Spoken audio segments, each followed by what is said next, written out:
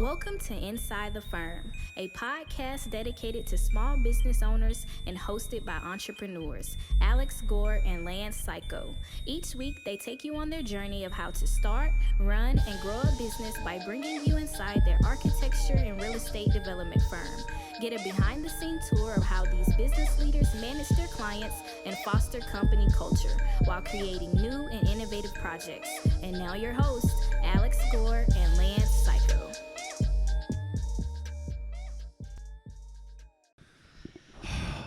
Al, cool and calm, Gore. Here we go. Let's go. Welcome to another episode of Inside the Firm. I am Al, cool and calm Gore. I'm here with Lance, also trying to be cool and calm Cayko. We matched today. I just want to say that. Our matchy-matchy.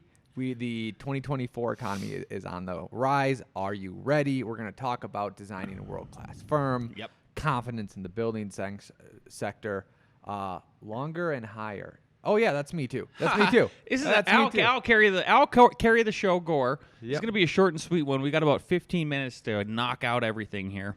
So we will get you up to date and ready to go. Lance, you already know. Build a better company. Let's do it. Buildabetterco.com. If you haven't looked at it and watched that, and you've listened to this, you've been listening to this for a reason. That's even better. Go to buildabetterco.com. Listening to you, Nate Hacker. Watching you. Looking at you. Looking at you. Looking at me. Okay? Get it. Buildabetterco.com. Accurate data is crucial, especially in today's business environment. Outdated and inaccurate data leads to turnarounds, delays, and rising costs. With supply chain and staffing issues, these costs and delays can multiply. That's why a resource like ARCAT.com is so important. ARCAT works with manufacturers to keep their data up to date and accurate and offers it to you easily and accessible and free. Use ARCAT's powerful search engine to find out what you need and download it right there on their site without needing to pay anything or even register. So try ARCAT.com today. That's ARCAT.com. Check them out. Al, back to you. We're going to go to our favorite book, Patrick McLaney. Oh, good. Yeah. Superior book. Hopefully all the video works on this this version. The screen recordings weren't pulled off of my computer was having fits. It was the only screen recording of the week. That wouldn't work for me. But anyway, so this book, if you're watching on the YouTube, is a phenomenal book. I'm now, let's see, how far am I? I think I'm about 5/8, 3/4 of the way through. Yeah, I'm past the BIM part where they started adopting BIM. I see where. Yep, the HOK part of it. I got to the he gets almost thrown in jail in Saudi Arabia. Yeah. Breaks his leg. Yeah. Pretty interesting. So just a really cool, fun, adventurous book, honestly.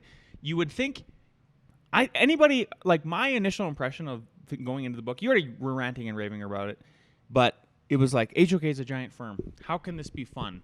How is this going to be like a interesting book because it's a huge corporation? Yeah. It's fantastic. It's fantastic. It's got like almost everything in it, I think, for small firm, the smallest firm architect, honestly.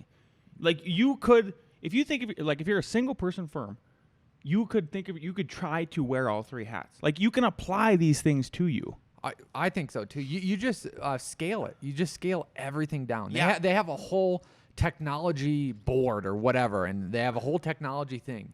You can think about, we were talking about in our group, data centers versus Dropbox versus all these other different ways, what you have to do, how to do it, what the different people are doing. And I also like how books help you relate to, they can provide a baseline for like what you are and who you are, what you're doing at what time, right? In other words, and a place of like a comparison, but not in a bad way. So you can go, and I know this is one of the things you liked about it too, where it's like, dude, even HOK didn't know that.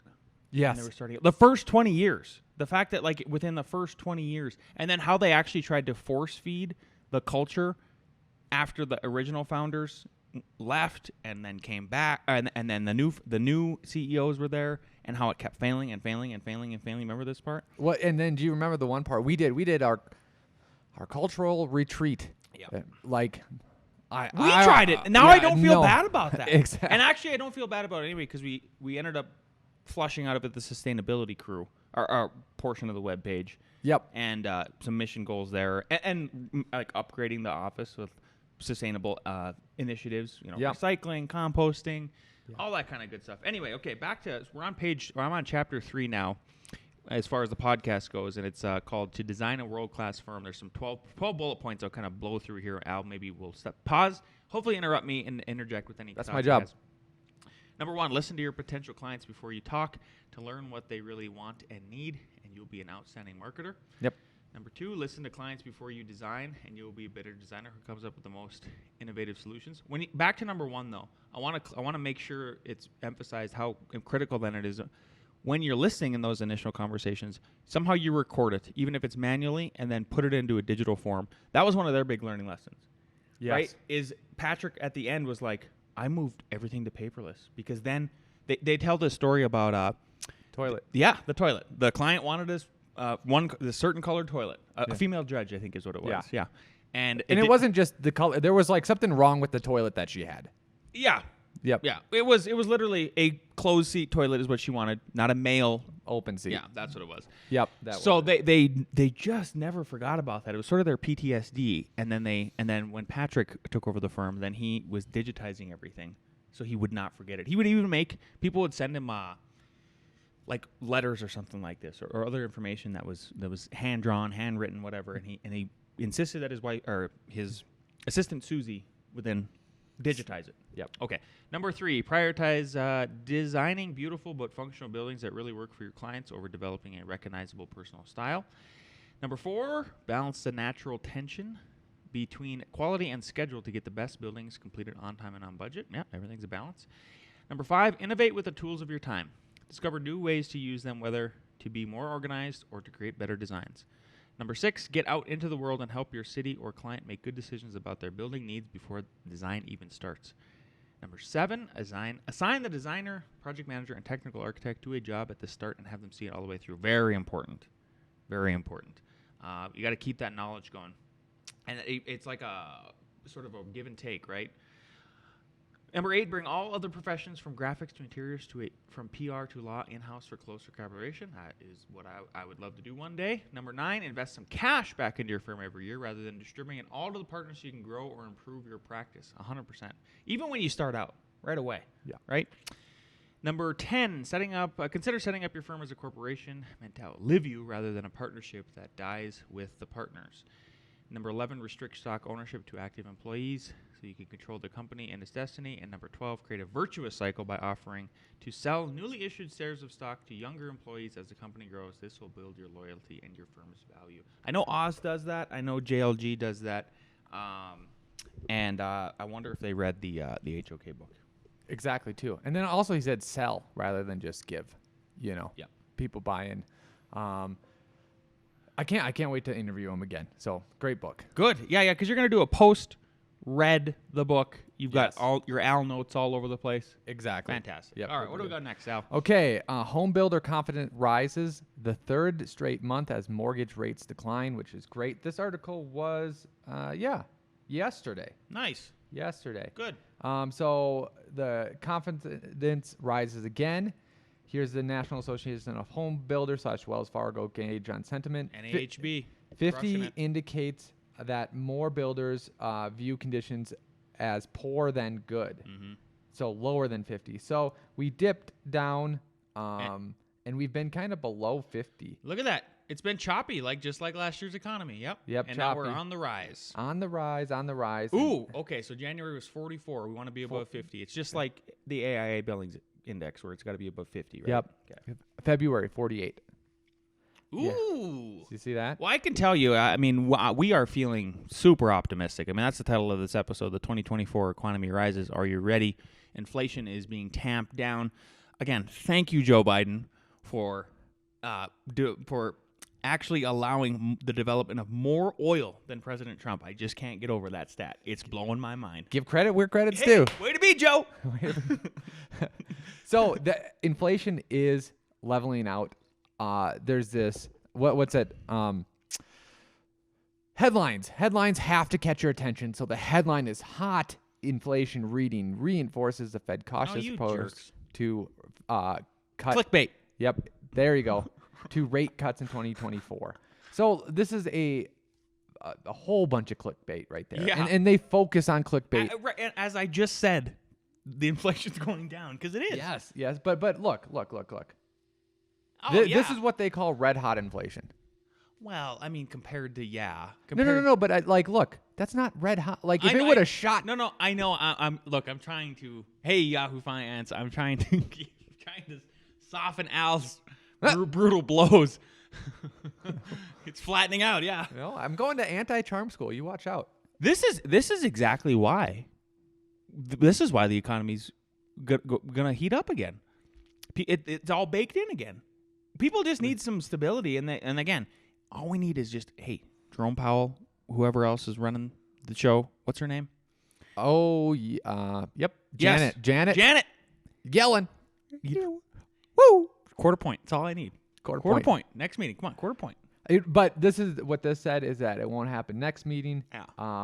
It's not going to happen in March. For some reason, they say if it's not going to happen in March, they predict June. But January, February, March, April, May. What's happening in April and May? They just kind of skip over that anything's going to happen in April and May. So we will see. And then I think. And I can tell you, this is the hottest 6 weeks out the gate. Now we did what the HOK book said is we always reinvest back in at the end. I don't think it's even at the end though. We reinvested throughout the whole year with our marketing firm and the website and spent a ton of money in that regard, and we're reaping the dividend. We're starting to finally see the dividends come through. Hottest 6 weeks of sales. I have a meeting this afternoon. I don't know if you know this. 3 new houses, 2 new shops. We're gonna subdivide a bunch of land in Boulder County. Incredible lead. Yep. Hot right now. If anyone from the audience wants to let me know, akg@f9productions.com. If it's been hot, medium, or cold for you, you can even and tell us where you're at in the States. We can keep you anonymous, but would love to know to the regions. Yep. I was at Cub Scouts, and it was one of the most chill Cub Scouts ever because I wasn't helping lead anything. I was just talking to parents because my oldest son is pretty good at being behaved. And I was talking to one of the dads in the oil industry, and hey, how's it going? How's work going? He's like, it's just crazy. I go, really? He's like, yeah, it's just been ever since the new year. It's been crazy. And then I go, well, it's actually been the hottest new year for us that I can remember. And he's like, yeah. So. Yeah. One little tip on that would be, do you have anything else? I think we're kind of almost ready to. Nope. Beautiful timing. If one sector that I just want to give everybody, if you're interested in doing residential, I know there's people that are here listening that are doing like, I want to do commercial, I want to do institutional. Fine, cool. That we do commercial too. But if you're trying to even break into the residential market, one thing I guarantee. So everything, me and Al know this. Trends start in California, in New York, and particularly California. California is still, even though its economy is so gummed up with regulation and taxes and and just craziness, is they still lead the nation in and the world, frankly. Silicon Valley, think about all that, right? Yep. ADUs, your additional dwelling unit or accessory dwelling unit, huge right now. The amount of inquiries and the people we're teaming up with, that's my last sales meeting today, is for another ADU. I already signed one earlier this week.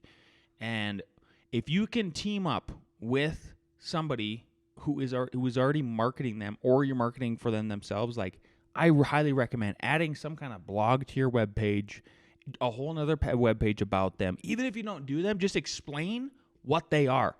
Explain what they are. And maybe what the process is. Explain the acronym. This is the next wave in single-family custom residential in America. I guarantee it. Yeah. All right. If you like this episode, you know what to do. Leave a positive comment, like, subscribe. See you next week.